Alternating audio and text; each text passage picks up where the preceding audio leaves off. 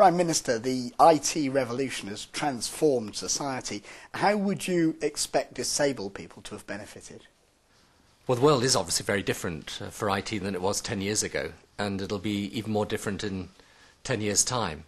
And I think for disabled people, it should create more opportunities, and those will be opportunities in education, in employment, and more opportunities, obviously, as customers. And there's potentially a huge benefit to disabled people, as with other parts of society, in the IT revolution. But would you say the same level of opportunity as for non-disabled people? Absolutely, but I think what we need to do is to create an enabling environment so that disabled people are able to fulfil their role as active citizens and participate in society. So it's a moral case, really. It's morally the right thing to do. It is a moral case, but it's also important for business and efficiency reasons. There are 9 million disabled people in the UK. They spend over £50 billion a year, and there are 1 million unemployed disabled people who'd like to earn a living rather than be dependent on benefits. So the possibilities here are tremendous if we can harness the technology effectively. So what is the government doing to make this happen? Well, I'm sure my colleague Stephen Timms will have explained the many programmes we're investing in this year, which is the European Year of Disabled People. But in addition to that, it's about leadership and it's about partnership. Leadership?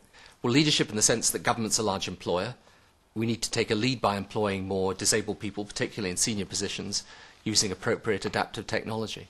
And if I can give you an example, GCHQ is currently relocating to a new head office in Cheltenham.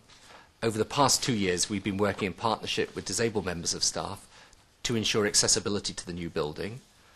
Not only this, but we have also been working in partnership with AbilityNet, which is a specialist organisation that advises on accessibility to information communications technology. And they've looked at absolutely everything from input and output devices to software solutions and the whole information systems process. So as a result of us using our power as an employer, we've been able to give a lead and we've been able to work in partnership with disabled members of staff and with outside organisations in order to bring about a change in their working environment. Is this just about large organisations then? Well, I think it's about individuals too. I know of a young woman called Meeta Patel who has cerebral palsy, which meant that she couldn't speak or use her arms and communicated by pointing at a board with her foot. She was given a computer and a keyboard that she could use with her toes, and that completely transformed her ability to communicate. Now, that's the type of opportunity IT can offer disabled people. I mean, otherwise she wouldn't be working at all.